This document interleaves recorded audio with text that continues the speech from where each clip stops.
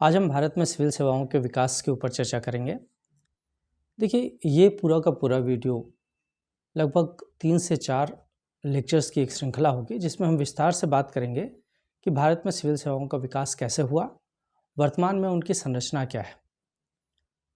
Civil सेवा की परीक्षा की तैयारी कर रहे जितने भी छात्र हैं, उन सब के लिए ये जानना समझना बहुत आवश्यक है कि भारत में सिविल सेवाओं का विकास कैसे हुआ, भारत में वर्तमान में सिविल सेवाओं की संरचना कैसी है। हम में से अधिकांश लोग जब सिविल सेवा परीक्षा की तैयारी प्रारंभ करते हैं, उन्हें इस बात की जानकारी ही नहीं होती और सीधे बिना इन सब एलिमेंट्री बातों की जानकारी हुए हम सीधे परीक्षा की तैयारी करने लग जाते हैं, जिससे निश्चित रूप से हमारे दिमाग में परीक्षा की तैयारी के बीच बीच में ये बात उठती रहती है कि आखिर भारत में सिविल सेवाएं हैं क्या, किस तरह से भारत में सिविल सेवाओं की शुरुआत हुई होगी, वर्तमान में सिविल सेवाएं किस प्रकार की हैं।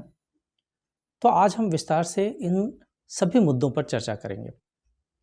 किसी भी नए परीक्षार्थी के लिए ये बहुत आवश्यक है कि वो इस बात को जाने कि भारत में सिविल सेवाओं का विकास कैसे हुआ था। तो देखिए, सबसे पहले जो है हम लोग बात करेंगे कि सिविल सेवा, ये जो शब्द है, इंग्लिश में इसी को सिविल सर्विसेज के नाम से जाना जाता है।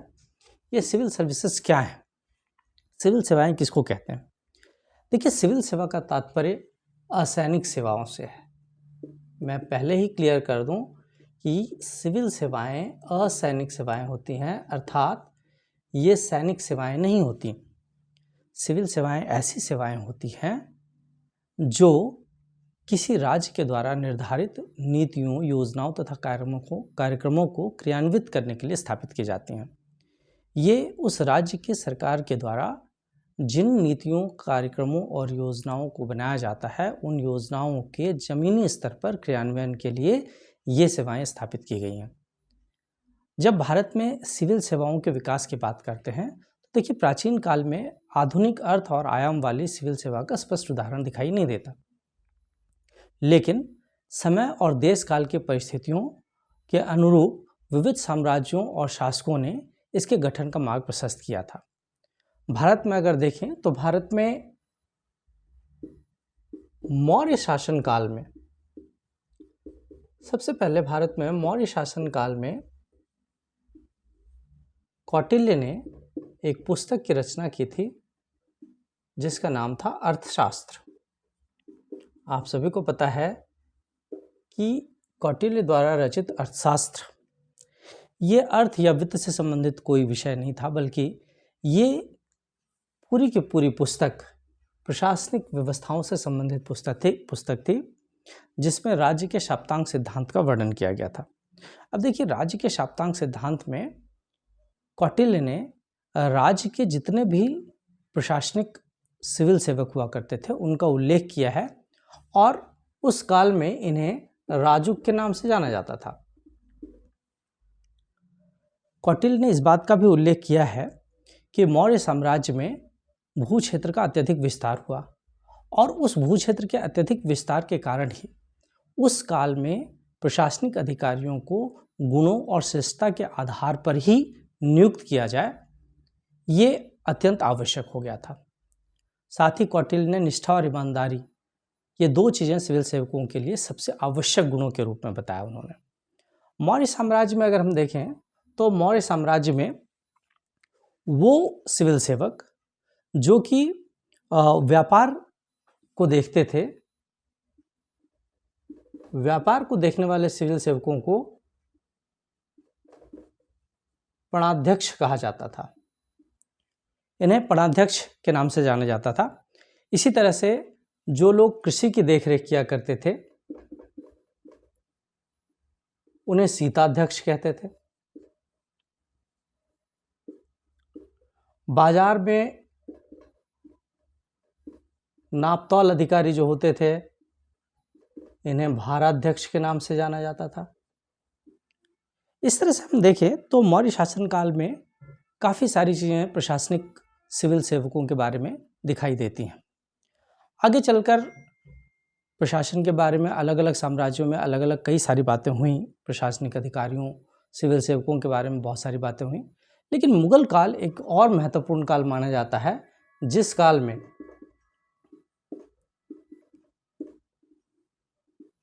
अकबर के द्वारा प्रशासनिक व्यवस्था के सुदृढ़ीकरण का काम किया गया था और अकबर ने अप्रत्यक्ष रूप से ही सही सिविल सेवा को बढ़ावा देने का प्रयास किया था।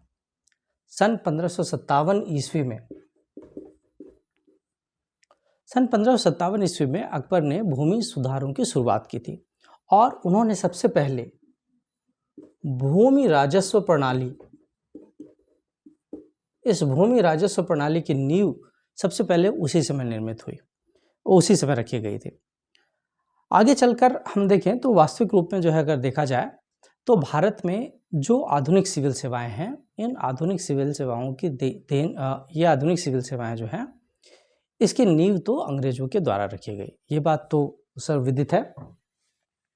अभी हम देखेंगे कि किस तरह से भारत में अंग्रेजों ने इन आधुनिक सिविल सेवाओं की नींव रखी थी। देखिए, अंग्रेजों का जो शासनकाल है, इस अंग्रेजों के शासनकाल को हम दो भागों में बांटते हैं। सबसे पहला तो सन 1600 ईस्वी से लेकर 1857 ईस्वी तक।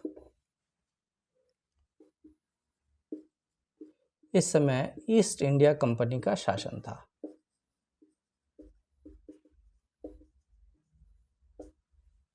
और इसके पश्चात 1857 ईस्वी से लेकर और 1947 तक ब्रिटिश क्राउन का शासनकाल।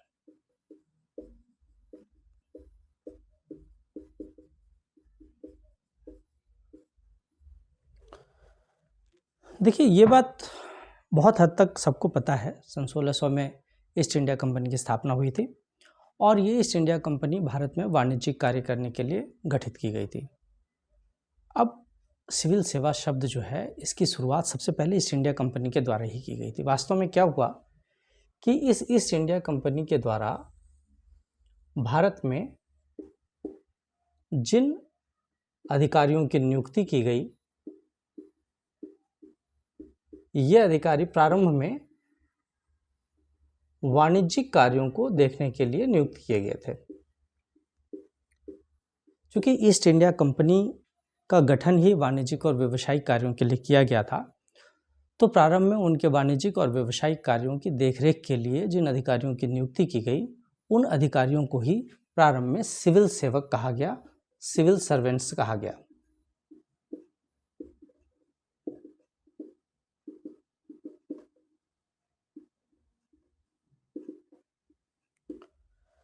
ये कहा जाता है कि सन 1765 से कंपनी के ऑफिशियल रिकॉर्ड्स में सिविल सर्वेंट शब्द ये सबसे पहले कंपनी के ऑफिशियल रिकॉर्ड में 1765 में ये दर्ज किया गया था।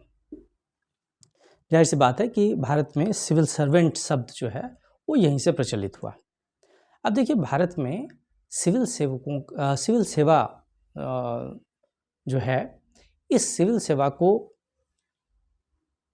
गठित करने और आगे बढ़ाने का श्रेय दो महत्वपूर्ण लोगों को जाता है। एक है वॉरेन हेस्टिंग्स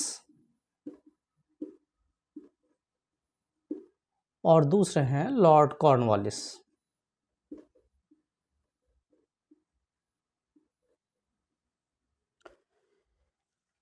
माना जाता है कि वॉरेन हेस्टिंग्स ने ही सबसे पहले सन 1772 से 1785 जिनका शासनकाल था, आपको पता है, सबसे पहले सन 1773 का जो अधिनियम आया था, उस अधिनियम के अंतर्गत वॉरेन हेस्टिंग्स को बंगाल का गवर्नर बनाया गया था और आगे चलकर इनको बंगाल का गवर्नर जनरल बना दिया गया था।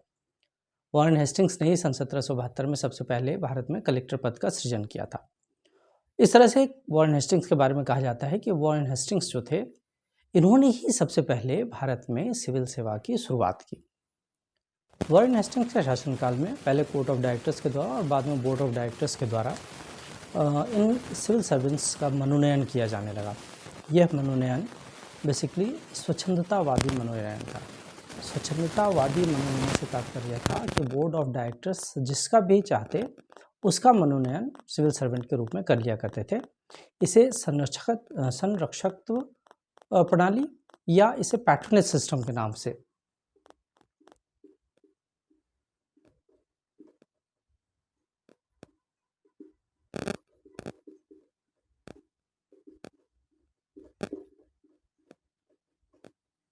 पैट्रोनेज सिस्टम के नाम से जाना गया। यह इस बात है कि इस पूरे शासनकाल में, वॉरेन हेस्टिंग्स के शासनकाल में सिविल सेवकों की मनमानी काफ़ी हद तक बढ़ी और भ्रष्टाचार भी काफ़ी हद तक बढ़ा। भू राजस्व की जो वसूली की जाती थी उसमें भी भ्रष्टाचार बहुत बढ़ा। जो प्रशासनिक अधिकारी हुआ करते थे, जो सिविल सर्वेंट्स हुआ करते थे, वो घूस या ब्राइबिंग उस समय बहुत ज़्यादा प्रचलित हो गया। साथ ही साथ वो भ्रष्टाचार बहुत ज़्यादा करने लगे। आगे चलकर लॉर्ड कॉर्नवालिस, हालांकि बीच में कुछ 1 या 1.5 साल तक मैकफर्सन का शासनकाल रहा, लेकिन वो कुछ बहुत ज़्यादा उसके बारे में कुछ ज़्यादा कहा नहीं चाहता। आगे चलकर लॉर्ड कॉर्नवालिस का शासनकाल आया। लॉर्ड कॉर्नवालिस के लिए कहा जाता है कि लॉर्ड कॉर्नवालिस, इन्हें भारत में सिविल सेवा का जनक कहा जाता है। He is known as the father of civil servants in India. इसलिए कहा जाता है क्योंकि जिस सिविल सेवा की नींव वॉरेन हेस्टिंग्स ने रखी थी, उस सिविल सेवा के सुदृढ़ीकरण, उसके आधुनिकीकरण तथा उसे तार्किक बनाने का काम लॉर्ड कॉर्नवालिस के द्वारा किया गया था। लॉर्ड कॉर्नवालिस ने सत्ता संभालने के पश्चात भ्रष्टाचार को रोकने के लिए कुछ कदम बढ़ाए थे। उन कदमों में सबसे पहला काम उन्होंने किया वेतन में वृद्धि।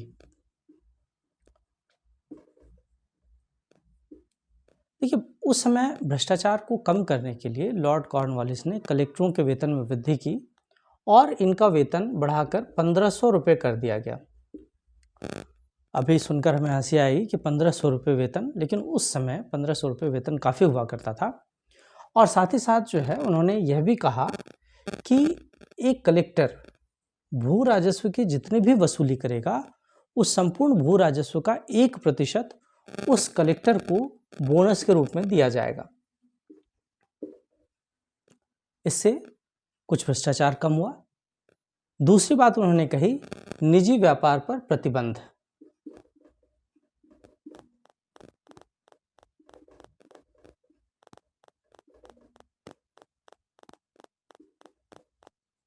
कॉर्नवालिस ने सिविल सेवकों के निजी व्यापार करने पर प्रतिबंध लगा दिया। तीसरी बात, उन्होंने वरिष्ठता आधारित पदोन्नति, इस प्रणाली को प्रारंभ किया गया। इस प्रकार अगर हम देखें तो लॉर्ड कॉर्नवालिस ने सिविल सेवाओं के आधुनिकीकरण को आगे बढ़ाया। 1793 का चार्टर अधिनियम आया और 1793 के चार्टर अधिनियम में ही ये सारी बातें जो है कह दी गई थी। लॉर्ड कॉर्नवालिस के लिए कहा जाता है कि लॉर्ड कॉर्नवालिस ने पूरे भारतीय सिविल सेवाओं को 2 भागों में बांटा। देखिए, ये बहुत महत्वपूर्ण है और हमें यहाँ पर याद रखना चाहिए कि ये जितनी भी चीज़ें मैं आपको बता रहा हूँ, इन सभी चीज़ों से प्रीलिम्स और मेंस दोनों में ही प्रश्न बनते हैं। प्रीलिम्स में सीधे प्रश्न पूछा जा सकता है कि भारत में सिविल सेवाओं की नींव किसने रखी, तो वॉरेन हेस्टिंग्स ने सिविल सेवाओं की नींव रखी। ये पूछा जाता है कि भारत में सिविल सेवा का जनक किसे कहा जाता है, तो लॉर्ड कॉर्नवालिस को भारत में सिविल सेवा का जनक कहा जाता है। तीसरा प्रश्न आपसे यहाँ पर ये पूछा जा सकता है, लॉर्ड कॉर्नवालिस ने भारतीय सिविल सेवाओं को 2 भागों में बांटा।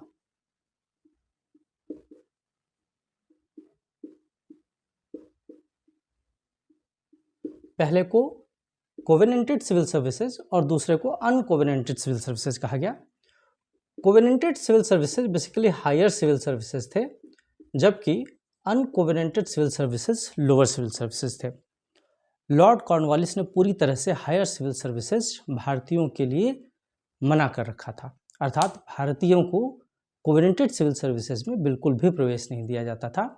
और लॉर्ड कॉर्नवालिस प्रारंभ से ऐसा नहीं था कि लॉर्ड कॉर्नवालिस कोई भारतीयों के लिए बहुत अच्छी बात सोचता था। भारतीयों के लिए कॉर्नवालिस के मन में बिल्कुल भी कोई अच्छी बातें नहीं थी और लॉर्ड कॉर्नवालिस भारतीयों को इस पूरी शासन व्यवस्था से बाहर रखना चाहता था और इसीलिए कोवेनेंटेड सिविल सर्विसेज को पूरी तरह से भारतीयों के लिए बार कर दिया गया। अब बात यह थी कि सन 1793 के चार्टर अधिनियम में प्रशासनिक पदों से भारतीयों को पृथक रखने के कुछ महत्वपूर्ण कारण थे। सबसे पहली बात ये कही गई कि कॉर्नवालिस को ये पूरा विश्वास था कि ब्रिटिश हितों को पूरा करने के लिए अंग्रेजों को ही प्रशासन का दायित्व संभालना चाहिए। उनका ये मानना था कि भारतीय ब्रिटिश हितों के प्रति अयोग्य हैं, अविश्वसनीय हैं, असंवेदनशील हैं और भारतीय इतने सक्षम नहीं हैं कि वो इस पूरी प्रशासनिक व्यवस्था को संभाल सके। इसीलिए भारतीयों को प्रशासनिक पदों से पृथक रखा जाना चाहिए। तीसरी बात कॉर्नवालिस का यह भी मानना था कि जब यूरोपीय लोग पर्याप्त मात्रा में उपलब्ध हैं और उनके ही बीच उन पदों को प्राप्त करने के लिए बड़ी कड़ी प्रतिस्पर्धा है, तो भारतीयों को ये पद दिए ही क्यों जाए। और इसीलिए भारत में कोवेनेंटेड सिविल सर्विसेज पूरी तरह से भारतीयों के लिए प्रतिबंधित कर दिया गया। अब बात यह है कि आगे चलकर पहले तो कॉर्नवालिस ने इसका सुदृढ़ीकरण किया और आगे चलकर सन 1800 ईस्वी में लॉर्ड वेलेस्ली का शासनकाल था। लॉर्ड वेलेस्ली ने सबसे पहले जो नवीन प्रशासनिक अधिकारी नियुक्त हुआ करते थे उनके प्रशिक्षण के लिए कलकत्ता में एक फोर्ट विलियम कॉलेज की स्थापना की गई।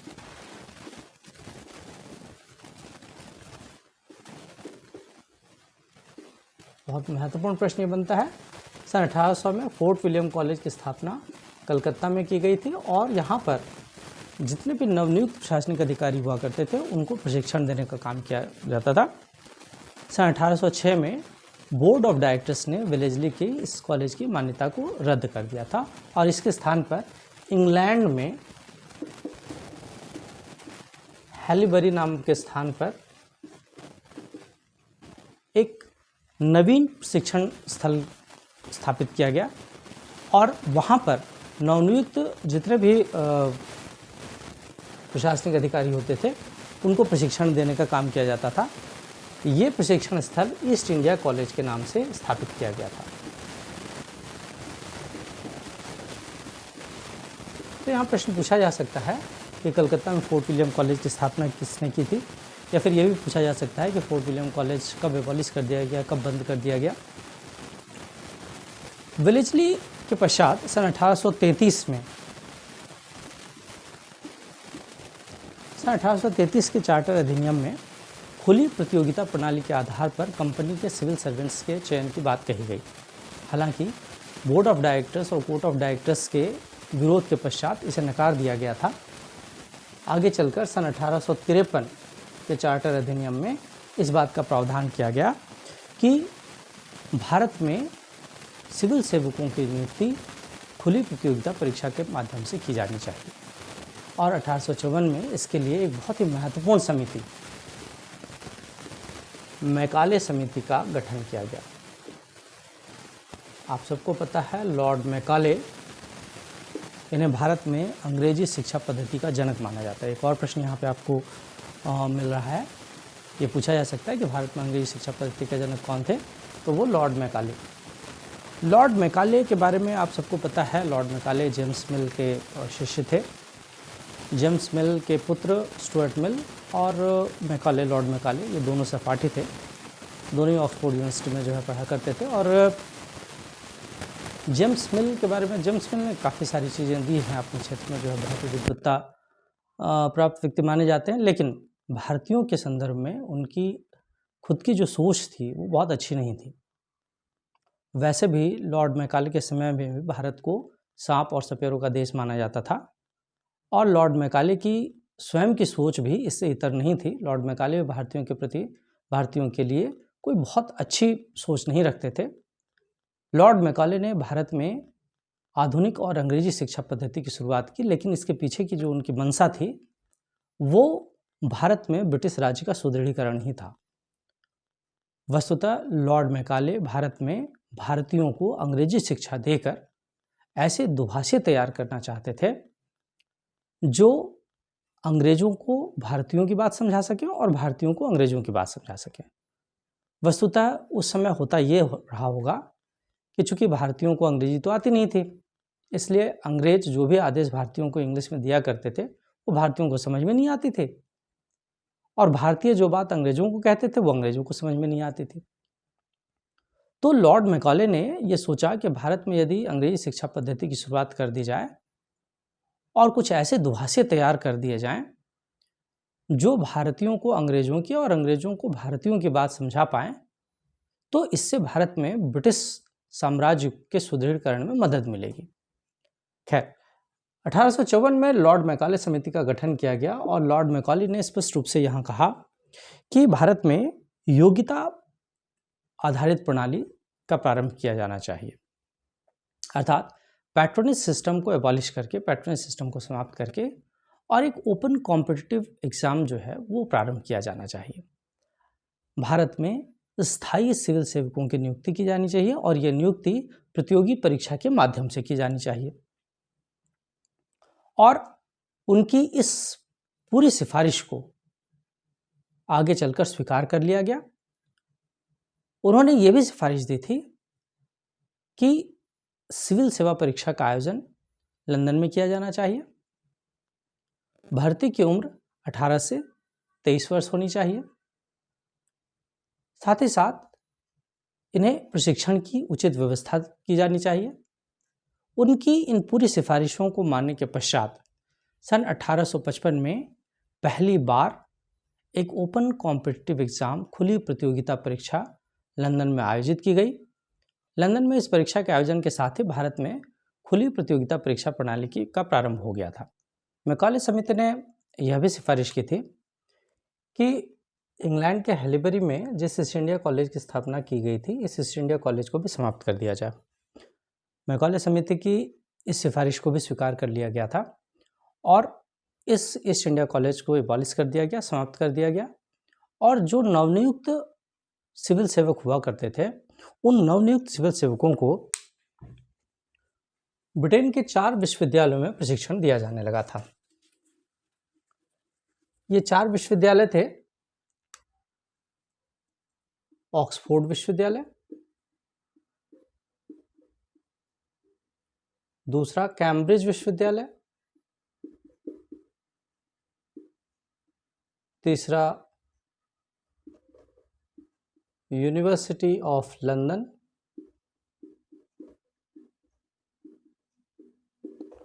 और चौथा ट्रिनिटी विश्वविद्यालय।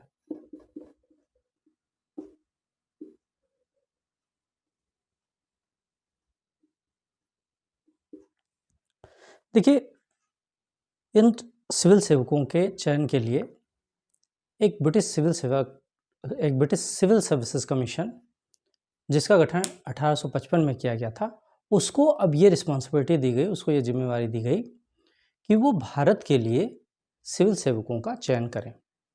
1858 में उनको ये रिस्पॉन्सिबिलिटी सौंपी गई, हालांकि उसका गठन 1855 में हो गया था। अब बात ये थी कि इन सिविल सेवकों को जो ट्रेनिंग दी जाती थी, उस ट्रेनिंग में क्या पढ़ाया जाता था? तो उस ट्रेनिंग में विशेष रूप से विधि के बारे में पढ़ाया जाता था। चूँकि उन्हें भारत में सेवाएं देनी होती थी, इसलिए उन्हें भारत की राजनीतिक भौगोलिक परिस्थितियों के बारे में पढ़ाया जाता था। उन्हें भारतीय भाषाओं के बारे में पढ़ाया जाता था।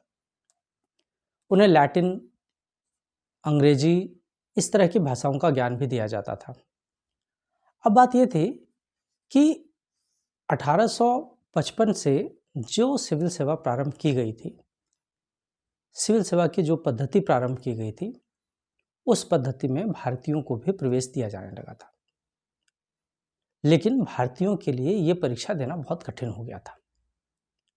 पहली बात तो ये थी कि ये परीक्षा केवल इंग्लैंड में आयोजित की जाती थी, अर्थात भारत में इस परीक्षा का आयोजन नहीं किया जाता था। हालांकि 1922 के बाद भारत में इस परीक्षा का आयोजन किया जाने लगा था, और क्यों किया जाने लगा था इसके बाद भी हम आगे करेंगे। लेकिन अभी बात ये थी कि चूंकि परीक्षा केवल और केवल लंदन में आयोजित होती थी, इसीलिए अधिकांश भारतीय लंदन जाकर ये परीक्षा दे पाने में सक्षम नहीं हो पाते थे। दूसरी बात ये भी थी कि उस पूरी परीक्षा का पाठ्यक्रम, पूरा सिलेबस कुछ ऐसा था जो भारतीयों की समझ से परे हुआ करता था। देखिए, उसमें यूनानी, लैटिन, अंग्रेजी, इन सब भाषाओं पर बल दिया जाता था, जिसका अध्ययन भारतीय उस समय नहीं किया करते थे। तीसरी बात यह थी कि परीक्षा देने की जो अधिकतम आयु सीमा थी वो कम हुआ करती थी। अब उस समय भारतीय लोगों की जो प्रारंभिक शिक्षा दीक्षा थी वो ही 6-7 साल के बाद ही प्रारंभ हो पाया करती थी। ग्रेजुएशन 22-23 साल की उम्र में हुआ करता था, और जिस समय उनका ग्रेजुएशन हो रहा था उस समय तक जो है परीक्षा देने की उम्र निकल चुकी होती थी। तो इसलिए ये भी एक बड़ा महत्वपूर्ण कारण था कि क्यों भारतीय इस सिविल सेवा में शामिल नहीं हो पाते थे। अब आगे चलकर हुआ ये कि 1861 में भारतीय सिविल सेवा अधिनियम लाया गया और इस अधिनियम में यह प्रावधान किया गया कि कोवेनेंटेड सिविल सर्विसेज में भारतीयों की नियुक्ति भी अब होगी। दरअसल 1857 की जो क्रांति हुई थी, उस क्रांति के पश्चात भारत का शासन सीधे ब्रिटिश क्राउन ने अपने हाथों में ले लिया था और भारत का शासन लेने के पश्चात भारतीयों को प्रसन्न करने के उद्देश्य से 1861 में जो सिविल सेवा अधिनियम लाया गया, इस सिविल सेवा अधिनियम में यह प्रावधान किया गया। अब बात यह थी कि कई सारे भारतीय ऐसे भी हुए जिन्होंने इतनी कठिन परिस्थितियों के बावजूद ये सिविल सेवा परीक्षा पास की, जिनमें सत्येंद्रनाथ टैगोर, आप सबको पता है सत्येंद्रनाथ टैगोर को प्रथम भारतीय होने का गौरव प्राप्त है जिन्होंने उस काल में ये सिविल सर्विस परीक्षा पास की थी। आगे चलकर सन 1885 में भारतीय राष्ट्रीय कांग्रेस का गठन हुआ और भारतीय राष्ट्रीय कांग्रेस ने यह मांग की कि इन सेवाओं में प्रवेश के लिए आयु में वृद्धि की जाए और साथ ही साथ इस परीक्षा का आयोजन ब्रिटेन और भारत दोनों जगह किया जाए। ये बात बहुत महत्वपूर्ण थी। आगे चलकर लोक सेवाओं पर एक और कमेटी सन 1886 में बनी। 1886 में इस समिति का नाम था एचिसन समिति। एचिसन समिति, इसका गठन 1886 में उस समय के जो गवर्नर जनरल हुआ करते थे लॉर्ड डफरिन, उन्होंने किया था और एचिसन समिति ने कहा कि ये जो कोवेनेंटेड और अनकोवेनेंटेड ये सिविल सर्विसेज, इन्हें समाप्त किया जाए। तो पहली बार कोवेनेंटेड और अनकोवेनेंटेड सिविल सर्विसेज को समाप्त करने की बात एचिसन कमेटी ने कही। साथ ही उन्होंने कहा कि आयु सीमा को बढ़ाकर 23 वर्ष कर दिया जाए। 1893 में इंग्लैंड के हाउस ऑफ कॉमन्स में ये प्रस्ताव पारित भी किया गया और अब इन सेवाओं का आयोजन इंग्लैंड और भारत दोनों में किया जाएगा, ऐसा प्रावधान कर दिया गया। आगे चलकर कोवेनेंटेड और अनकोवेनेंटेड सिविल सर्विसेज, इनको समाप्त करके 3 नई सिविल सर्विसेज, इंपीरियल, प्रोविंशियल और सबऑर्डिनेट, इन 3 सिविल सर्विसेज का गठन किया गया। एक को इंपीरियल कहते थे, दूसरे को हिंदी में प्रांतीय सिविल सेवा और तीसरे को अधीनस्थ सिविल सेवा कहा जाता था।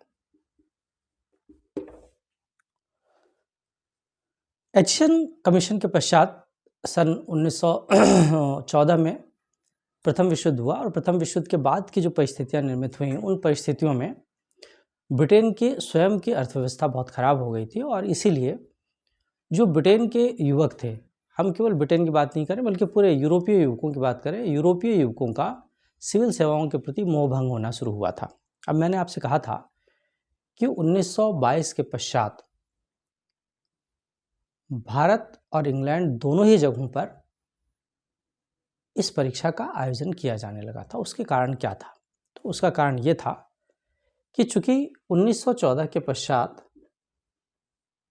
यूरोपीय नवयुवकों का इस सिविल सेवा से मोहभंग इसलिए प्रारंभ हो गया क्योंकि ब्रिटेन की माली हालत खराब होने के कारण जो वेतन भत्ते इन सेवाओं के लिए दिए जाते थे, उनमें कुछ खास बढ़ोतरी नहीं हुई और इसीलिए ये पूरे के पूरे सर्विसेज में यूरोपीय नवयुवक उतने उत्साह से पार्टिसिपेट नहीं कर रहे थे और इसीलिए भारतीयों को मौका देने की बात की गई।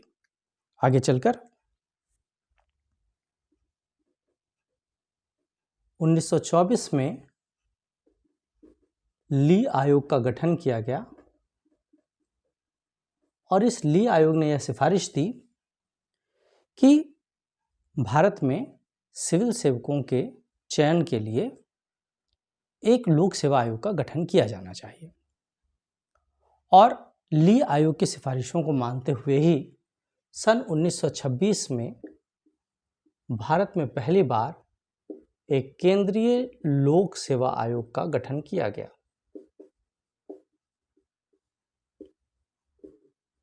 ये बहुत महत्वपूर्ण प्रश्न यहाँ बनता है। प्रश्न बनता है कि केंद्रीय लोक सेवा आयोग का गठन किसकी सिफारिश के आधार पर किया गया था? तो ली आयोग की सिफारिश के आधार पर किया गया था। और कब किया गया था? तो 1926 में किया गया था। आगे चलकर 1935 में जो भारत शासन अधिनियम आया, इस भारत शासन अधिनियम में एक संघ लोक सेवा आयोग के गठन का प्रावधान किया गया था। साथ ही साथ एक प्रांतीय लोक सेवा आयोग तथा संयुक्त लोक सेवा आयोग के गठन का प्रावधान भी किया गया। आपको मैं यहाँ बता दूं कि भारत में अखिल भारतीय सेवाओं, ऑल इंडिया सर्विसेज जिन्हें हम कहते हैं, और केंद्रीय सेवाओं अर्थात सेंट्रल सर्विसेज, इसकी शुरुआत 1924 में ही हो गई थी। और 1947 में भारत में 2 अखिल भारतीय सेवाएं हुआ करती थीं, ICS और IP। ICS अर्थात इंडियन सिविल सर्विसेज और IP अर्थात इंडियन पुलिस। 1947 में ICS का नाम बदलकर IAS कर दिया गया, इंडियन एडमिनिस्ट्रेटिव सर्विस, और IP का नाम बदलकर IPS कर दिया गया, इंडियन पुलिस सर्विस। आगे चलकर एक और अखिल भारतीय सेवा IFS या इंडियन फॉरेस्ट सर्विस भारतीय वन सेवा आयोग के नाम से सन 1966 में स्थापित हुआ। राज्य पुनर्गठन आयोग की सिफारिशों के आधार पर इस भारतीय वन सेवा आयोग का गठन किया गया। तो ये प्रश्न पूछा जा सकता है कि भारतीय वन सेवा का गठन कब किया गया? तो ये 1966 में राज्य पुनर्गठन आयोग की सिफारिशों के आधार पर किया गया। देखिए, आज इस वीडियो में मैं यहाँ पे इसे समाप्त कर रहा हूँ। अगले वीडियो में हम इन पूरे सिविल सर्विसेज की संरचना के बारे में बात करेंगे कि भारत में वर्तमान में सिविल सर्विसेज की संरचना क्या है, अखिल भारतीय सेवाएं क्या हैं, केंद्रीय सेवाएं क्या हैं, प्रांतीय सेवाएं क्या हैं, किस प्रकार से इन सेवाओं में चयन होता है। और साथ ही साथ हम इस बारे में भी बात करेंगे कि इन सेवाओं में भर्ती के लिए उम्र सीमा क्या होती है, एलिजिबिलिटीज़ क्या होती हैं, इनका पूरा सिलेबस क्या होता है। इस सिलेबस को कवर करने के लिए, इस पूरे पाठ्यक्रम को कंप्लीट करने के लिए हमें क्या पढ़ना चाहिए, किन पुस्तकों का अध्ययन करना चाहिए। साथ ही साथ हम यहाँ इस बात पर भी चर्चा करेंगे कि हमारी तैयारी किस तरह से होनी चाहिए। देखिए, सिविल सेवा परीक्षा की तैयारी करने का अपना एक तरीका होता है। यदि हम सिलसिलेवार ढंग से अपने पाठ्यक्रम को पूरा करेंगे तो सिविल सेवा परीक्षा पास करना आसान होता है। और इसीलिए सिविल सेवा परीक्षा की तैयारी की शुरुआत में मैं ये लेक्चर इसलिए डाल रहा हूँ ताकि प्रारंभिक तौर पर आपको पता हो कि भारत में सिविल सेवाओं का स्वरूप क्या है। तो नेक्स्ट वीडियो में मैं आपको इस बाबत जानकारी दूंगा कि वर्तमान में भारत में सिविल सेवाएं कैसी हैं, उनका स्वरूप क्या है, उनकी संरचना क्या है, उनकी भर्ती प्रक्रियाएं क्या होती हैं। आप सभी से अनुरोध है कि ये वीडियो जो मैं दे रहा हूँ, ये लेक्चर्स मैं जो दे रहा हूँ, ये सिविल सेवा परीक्षा की तैयारी प्रारंभ करने वाले नए लोगों के लिए बहुत महत्वपूर्ण है। आप सभी से अनुरोध है कि इन वीडियोस को ज़्यादा से ज़्यादा शेयर करें ताकि ये वीडियो उन लोगों तक भी पहुंच सके जिनकी इन्हें बहुत ज़्यादा ज़रूरत है। कई सारे ऐसे ज़रूरतमंद लोग हैं जो महंगी कोचिंगों में नहीं जा सकते, जो ज़्यादा पैसे खर्च नहीं कर सकते। उन तक अगर ये वीडियो पहुँचे तो ये उनके काफ़ी काम आ सकता है। अतः आपसे अनुरोध है कि आप मेरे इस चैनल को सब्सक्राइब करें तथा वीडियोज़ को शेयर करें ताकि ज़रूरतमंद लोगों तक ये वीडियो पहुंच सके।